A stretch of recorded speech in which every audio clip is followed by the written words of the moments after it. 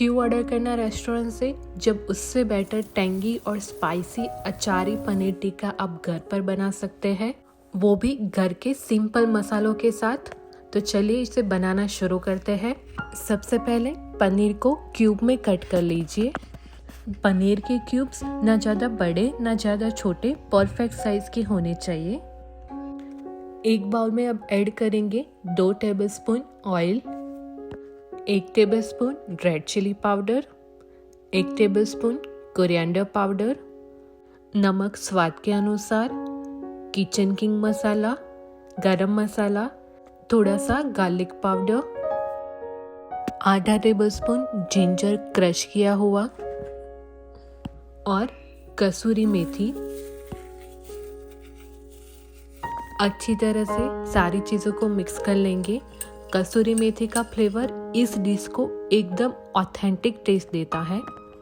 अब ऐड कीजिए आधा cup hung curd, 1 tablespoon roasted बेसन और 1 टेबलस्पून अचार।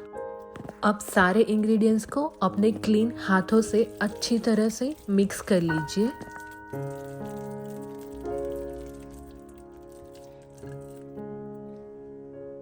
अब इसमें ऐड करेंगे अनियन, बेल पेपर, पनीर के क्यूब्स,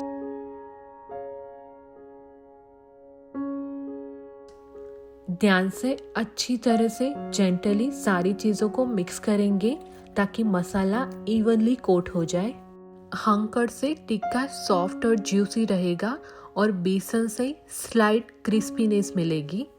जब मसाला इवनली कोट हो जाए तब 30 मिनट्स के लिए कवर करके रेस्ट करने रख देंगे।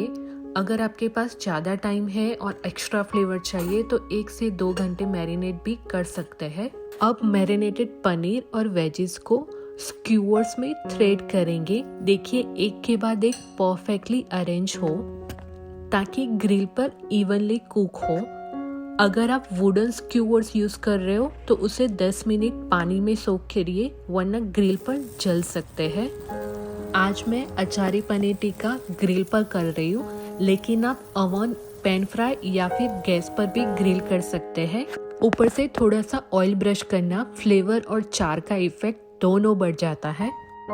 देखिए हमारे अचारी पनीर टिक्का एकदम रेडी है। इसे गर्मा गर्म सर्व कीजिए मिंट चटनी के साथ।